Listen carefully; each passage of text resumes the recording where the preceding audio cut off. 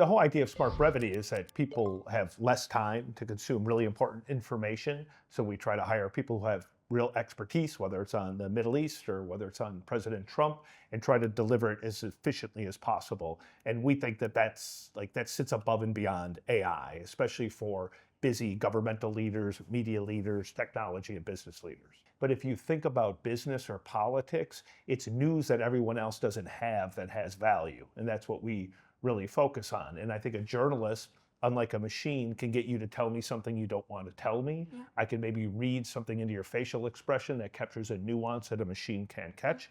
And I just have the historical perspective of having dealt with you.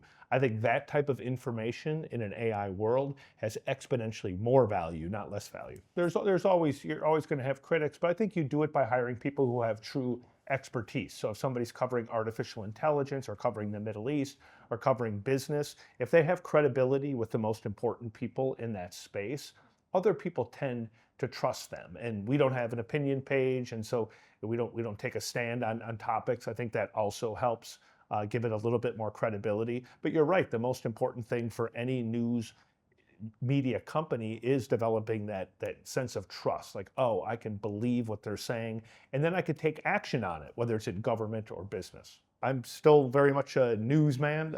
We did split off a communication side company that basically teaches other companies how to communicate more effectively. That's actually a standalone company now. I'm the chairman of it, but I spend all day, every day on the news and trying to get people to read more and learn more and make better decisions. I think any corporate speak, anything that doesn't sound human. I was just talking to a CEO yesterday. I was like, CEOs talk like machines. Humans speak human. And I think that is the biggest thing. And think about yourself as being selfless when you communicate, not what you want to say, but what does the other person have to know? And do that as effectively and efficiently as possible. It's a gift. It's a reality. I think it's a reality for any business. Everything's happening that would have taken a decade takes a year or a month now. You just have to have a culture that's super agile. You have to be thinking about the new technologies. You have to adapt, and you have to hire the best people and produce the best product. I don't think that changes. It just speeds up. Yeah, I think it depends on the company. For us, our deal with OpenAI on the financial side was better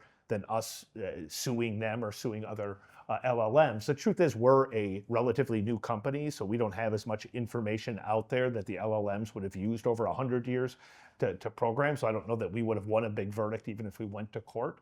But I think any company should just think about what works for them, what works for their customer. And if you can then cut a deal with any kind of company that helps you. Just try not to become completely dependent on the benevolence of another company. That's almost always a recipe for disaster. I try to hire really talented people and treat them really good, treat them really well. I think that is, like, we demand a lot, but I would say if you talk to anybody who works for us, we expect you to do a lot, but probably no one works more hours than I do, works harder.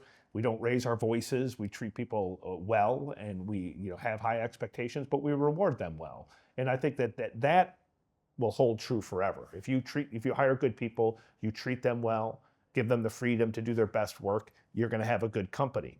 If you don't, if you treat them poorly, or you hire bad people, or you have a rotten culture, I think agility. Like, if you're not set up in a way where you can change your focus, change your structure every couple of months, I think eventually you're going to be in a lot of trouble. I think that change is going to become fast and furious, quicker than most people think, broader than most people think, and deeper in ways that most people aren't prepared for.